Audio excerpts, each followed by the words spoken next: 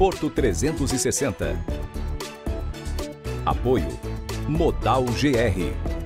Apoio institucional.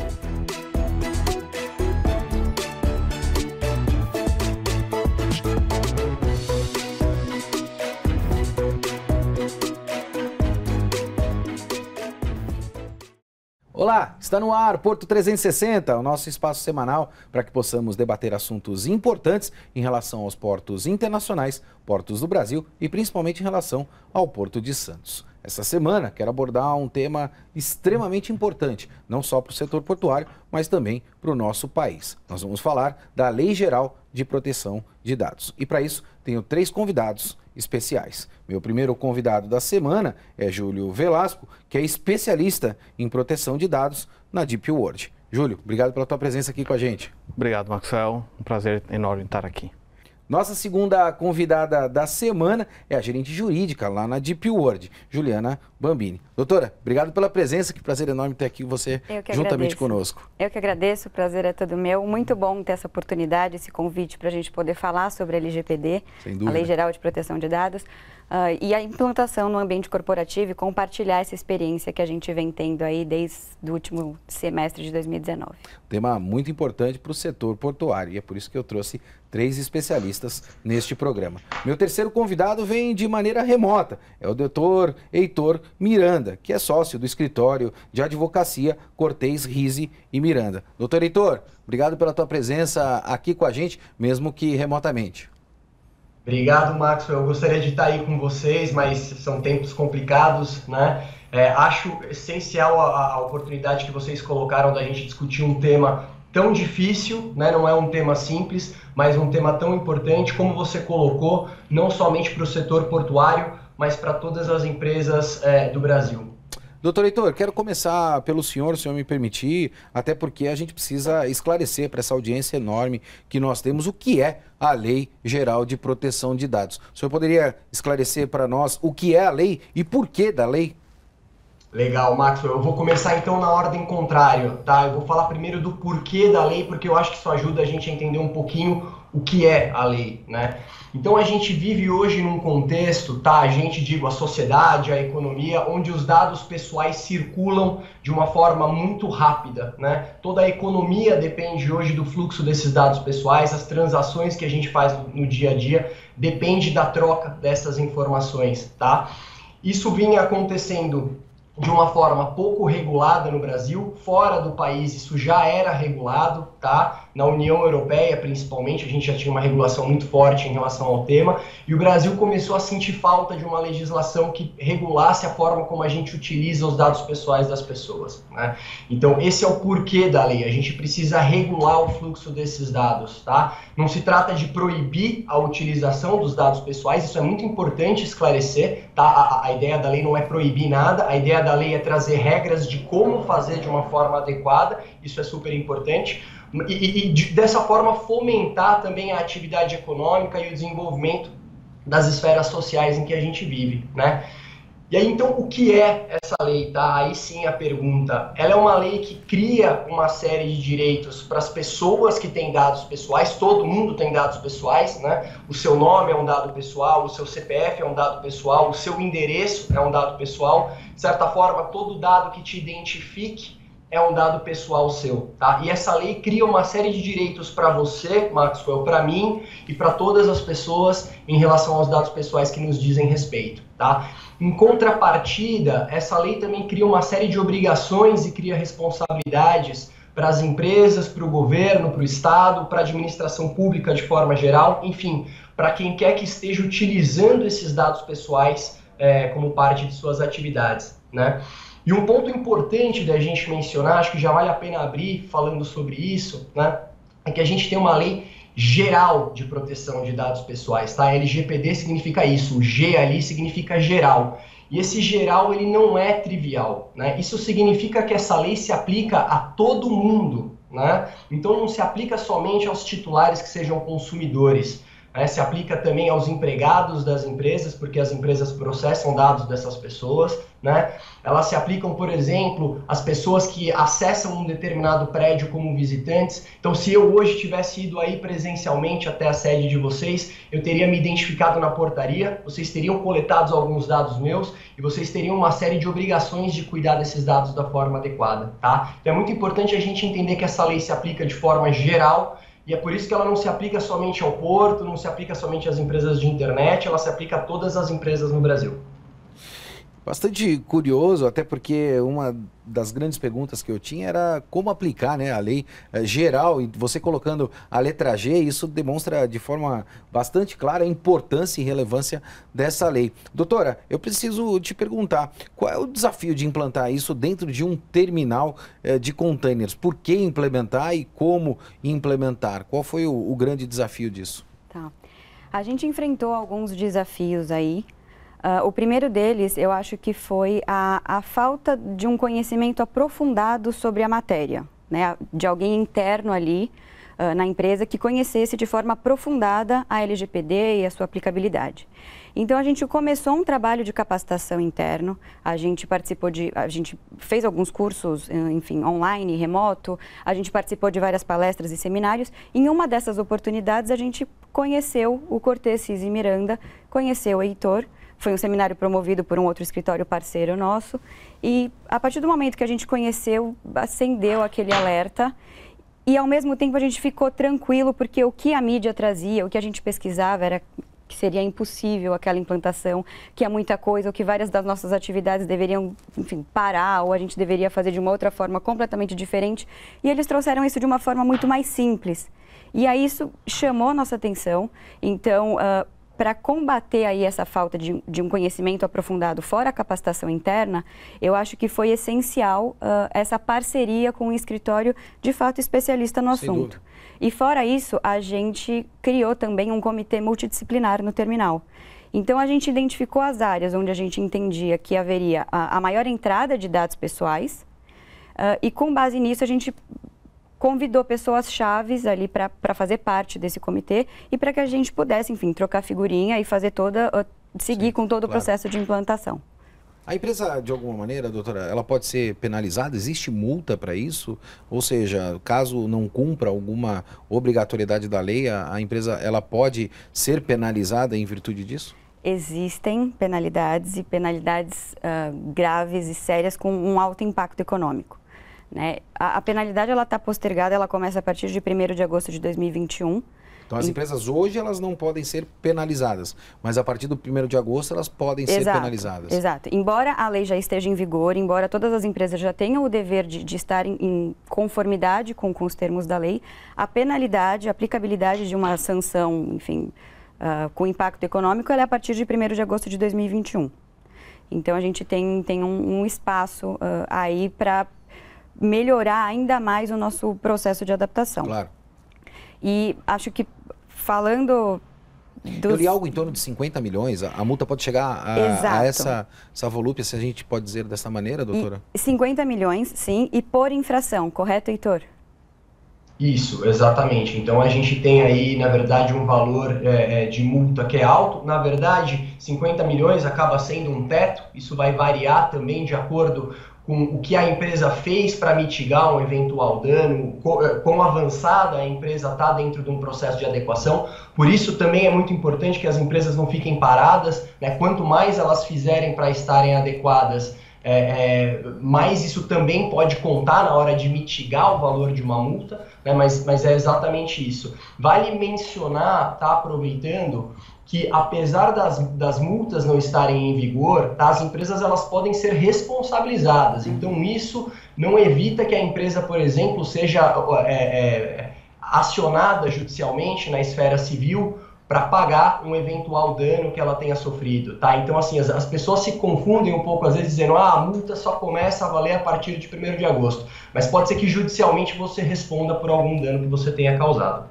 Até porque responsabilização é bem diferente de penalização, são duas coisas completamente distintas. Mas eu quero crer que as empresas devem estar bastante preocupadas com isso, evidentemente para proteger os dados, principalmente das pessoas que lá atuam e trabalham. Falando em dado, a gente está falando em TI. Então deixa eu procurar aqui o nosso especialista em TI para que ele possa também nos ajudar nesse sentido. Júlio, qual é o desafio? Quais mecanismos se utilizam para que você possa fazer esses controles que são provenientes da obrigatoriedade da Lei Geral de Proteção de Dados? Bom, inicialmente a gente precisa ter algumas ferramentas para poder fazer essa classificação de dados, porque as empresas têm diversos departamentos e não necessariamente elas sabem exatamente onde estão esses dados pessoais.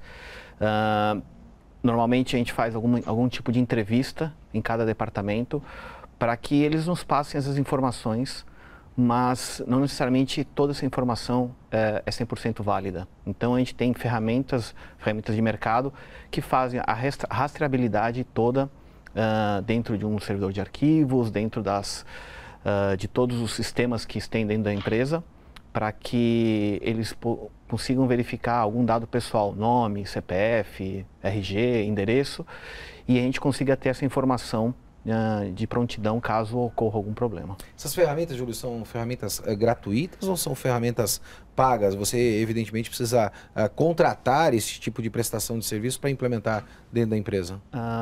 Normalmente são ferramentas pagas, né? Não tem uma ferramenta assim que consiga fazer toda essa rastreabilidade da forma grátis. Né? Gratuita. Gratuita. Né? Quero só explorar mais esse tema, até porque a nossa audiência é bastante grande. A gente sabe que o setor portuário ele é gigantesco, mas ao mesmo tempo a gente tem uma série de empresas de micro, pequeno e médio porte que orbitam o setor portuário e que evidentemente precisam também seguir esse tipo de legislação. A complexidade de implantação é muito grande, Júlio, ou evidentemente, ou de alguma maneira, as empresas podem se tranquilizar que não há uma complexidade tão alta para implementar essas ferramentas que você pontuou?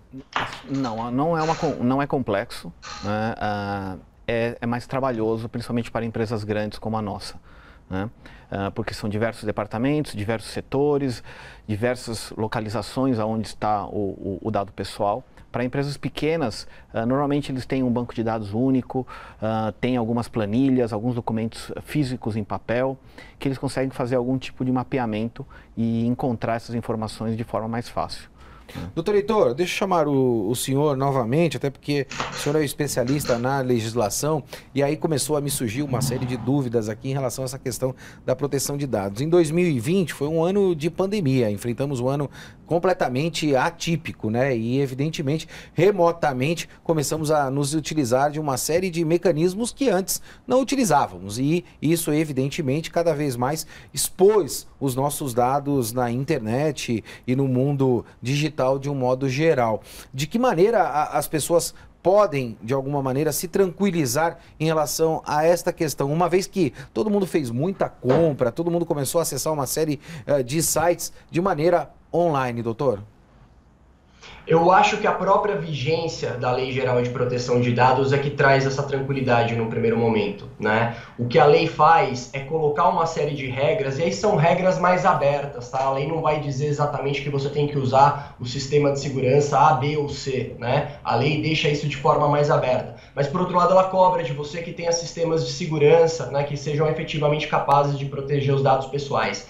A lei também exige, né, que você enquanto consumidor, ou você enquanto empregado, ou você enquanto pessoa que está numa relação jurídica e que teve que passar os seus dados por algum motivo, tem o direito de saber o que foi feito com esses dados pessoais, né? Esse é o princípio da transparência, que é um dos princípios mais importantes da lei. Então hoje você pode chegar nessa empresa, você pode chegar nessa pessoa com quem você compartilhou o seu dado e perguntar o que você faz com os meus dados, onde foram parar, como é que você está tratando, com quem você compartilhou. Então, de alguma forma, a Lei Geral de Proteção de Dados empoderou um pouco mais os titulares de dados pessoais, dando um pouco mais de força para que eles cobrem não só das empresas, do governo também. Eu acho que é importante a gente mencionar que a lei se aplica para empresas e se aplica para o governo também, né? Isso muniu as pessoas com um pouco mais de mecanismos para cobrar essa postura adequada, né? Obviamente, aí o Júlio vai concordar comigo, né? Quando tem uma linha aqui entre o direito e segurança da informação. Então, o que o direito vai cobrar das empresas é que as empresas façam o melhor possível para que não tenha nenhum tipo de incidente, para que não haja vazamento de dados pessoais, para que não haja um uso inadequado, tá?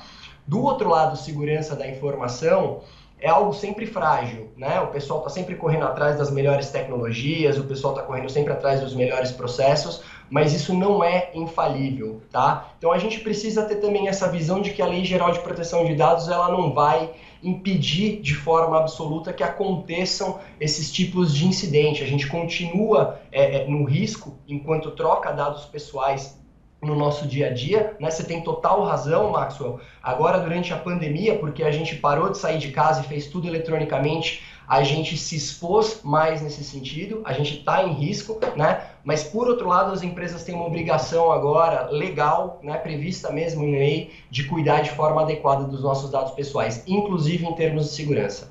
Isso é muito importante e, evidentemente, acabo novamente refletindo em relação à questão da informação. Toda vez que a gente tem sistema, a gente depende da qualidade do input dessas informações no sistema. Isso está vinculado diretamente ao usuário. E aí eu quero estender a pergunta para a doutora e também para o Júlio, porque isso envolve essa questão de segurança pontuada pelo doutor Heitor e a relação de conscientização. Como conscientizar os funcionários? Como é que a Deep World se posicionou nesse sentido? Porque o usuário faz total diferença dentro de um processo de proteção de dados, né? Isso não é o dado individual, mas é o dado coletivo também. Vou começar pela doutora. Com certeza. Até fazendo um link com o que o Júlio colocou antes disso, né, da questão do mapeamento das entradas dos dados, enfim. A gente teve a preocupação, né, o Comitê Multidisciplinar ele teve a preocupação de, em cada departamento, em cada área do terminal, entender todas as atividades que eram desenvolvidas, todas as transações de dados. E aí a gente se depara com outro desafio superado, que foi o receio das pessoas em abrirem efetivamente o que elas faziam, com aquele medo mistificado de que, se eu abrir, talvez eles vão falar que eu não posso mais fazer isso. E como o Heitor bem colocou no começo, a ideia é justamente fazer de uma forma segura. Esse é um grande desafio, exato, né? Uma colocação muito bem feita. Foi.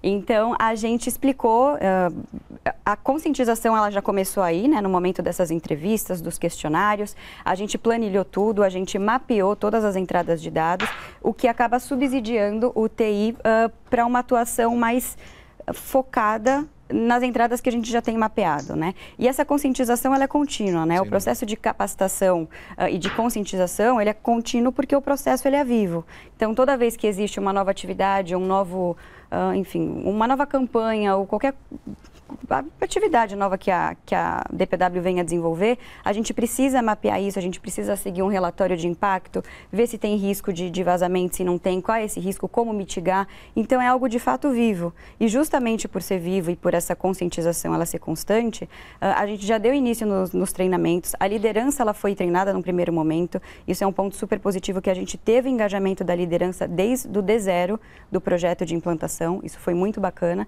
E agora os integrantes, todos eles estão sendo e continuarão sendo submetidos a um treinamento específico de LGPD.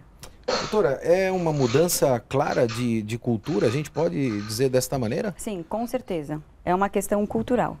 Deixa eu pegar a ajuda do nosso especialista em TI, quero ouvir a tua opinião em relação ao questionamento também que eu fiz para a doutora, e quero estender mais uma pergunta, se você me permitir. Qual o prazo de implementação, né? Eu acho que as pessoas em casa devem estar se perguntando, né? Quanto tempo demora para implementar um controle como esse que a gente está está debatendo agora?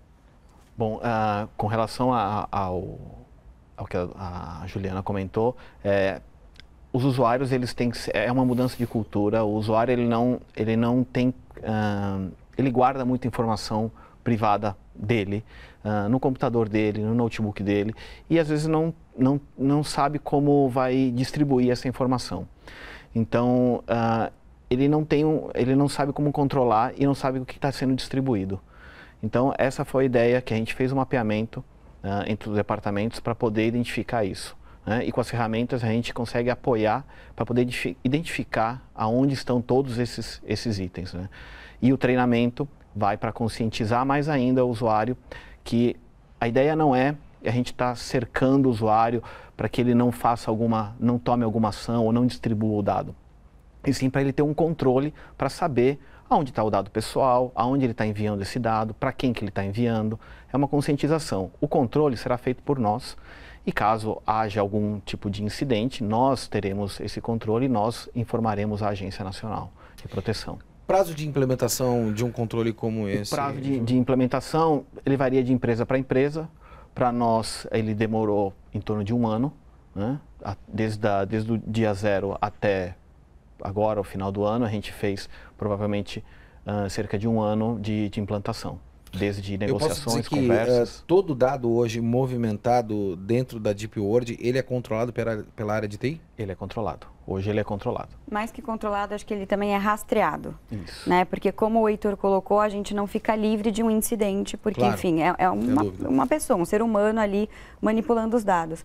Mas o importante é a gente ter ferramenta suficiente para rastrear, para a gente ter tudo positivado, tudo colocado ali em políticas, instruções de trabalho, diretrizes, enfim, para a gente poder comprovar, caso haja um incidente, de que a gente tomou todas as medidas ali necessárias para que aquilo fosse evitado. Doutora, a senhora fez algumas colocações e isso me remeteu até ao processo de contratação. Isso impacta no processo de contratação? Ou seja, sim, o funcionário ele tem que se autorresponsabilizar de alguma maneira para não fazer algumas situações ou condições dentro da empresa enviando ou recebendo dados e assim sucessivamente? Dentre o pacote de documentos ali que a gente criou o aviso de privacidade da Deep World e algumas outras políticas acessórias. E no momento da contratação, ele recebe e ele atesta conhecimento daquela política. E aí ali a gente tem tudo certinho para que a gente usa o dado, até respeitando o princípio da transparência que o Heitor colocou. Por que a gente usa o dado, por que a gente coleta, como a gente trata, por quanto tempo a gente guarda. Enfim, ele fica ciente de tudo. Do mesmo jeito, ele fica ciente do que ele pode ou não fazer, o tipo de informação que ele pode ou não passar. E fora isso, a gente segue com campanhas periódicas de conscientização de segurança da informação.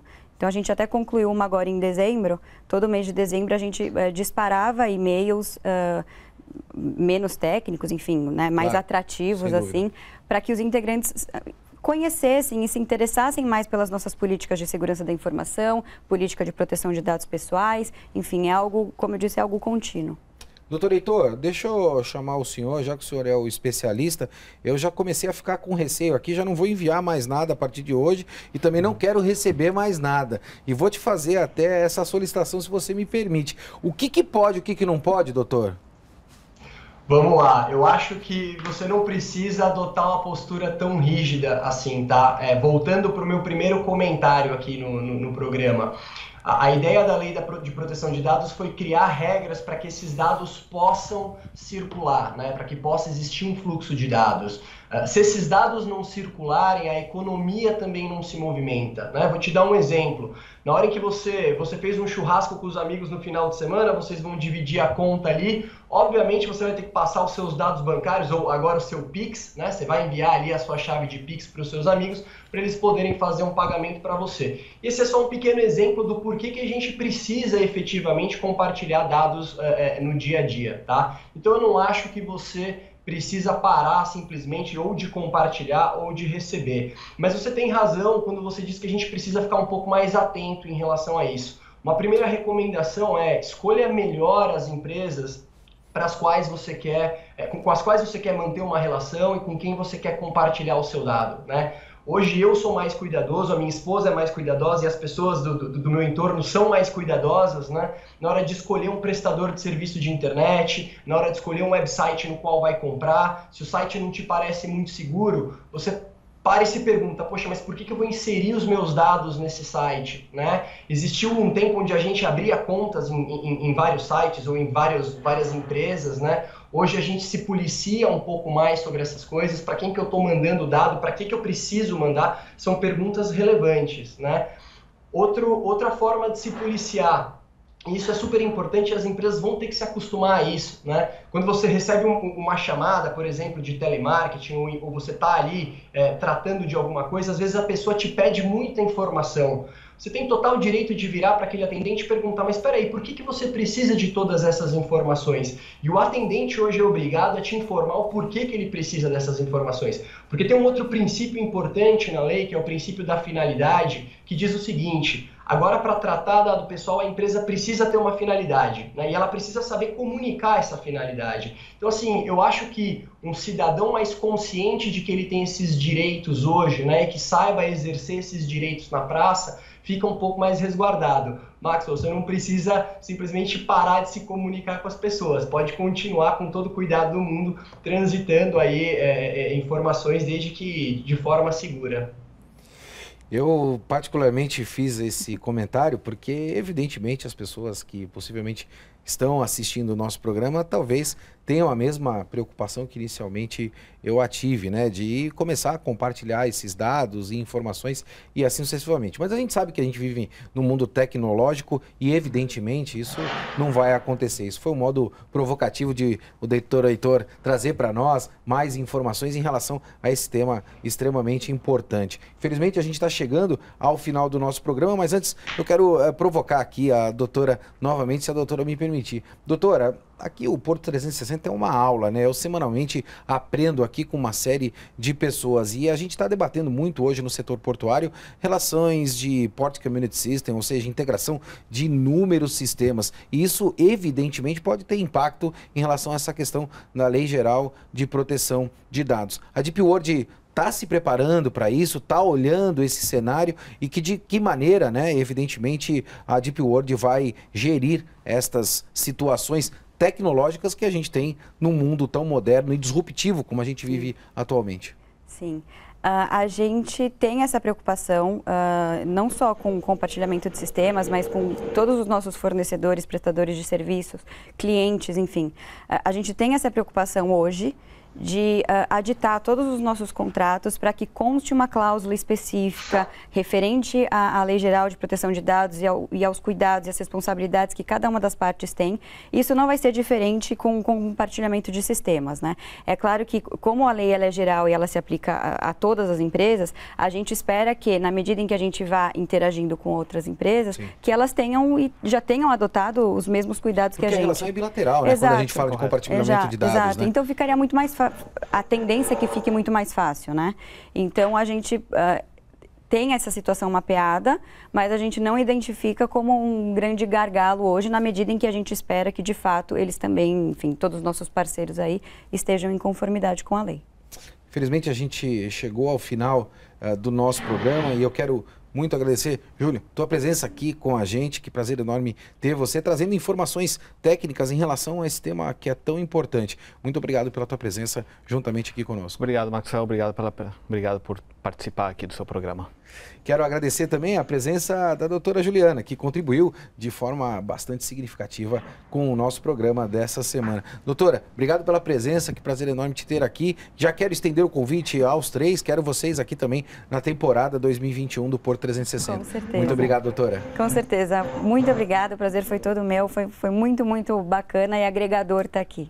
Sem sombra de dúvida. Doutor Heitor, obrigado pela presença aqui juntamente conosco. Vou continuar utilizando o meu WhatsApp, mas vou começar a saber o que eu compartilho com as pessoas e aquilo que, evidentemente, eu também recebo. Programa extremamente enriquecedor. Obrigado pela tua presença aqui, doutor. Eu é que agradeço. Quem sabe de uma próxima vez presencialmente e, de novo, parabéns aí pela escolha do tema, super importante. Nós é que agradecemos a presença dos três. Como você bem percebeu, esse tema é um tema muito importante e nós vamos explorar ele ao longo de 2021. Por 360 vai ficando por aqui, como você bem sabe, movimentando muito mais que informação. Um forte abraço e até semana que vem. Porto 360. Apoio Modal GR. Apoio institucional.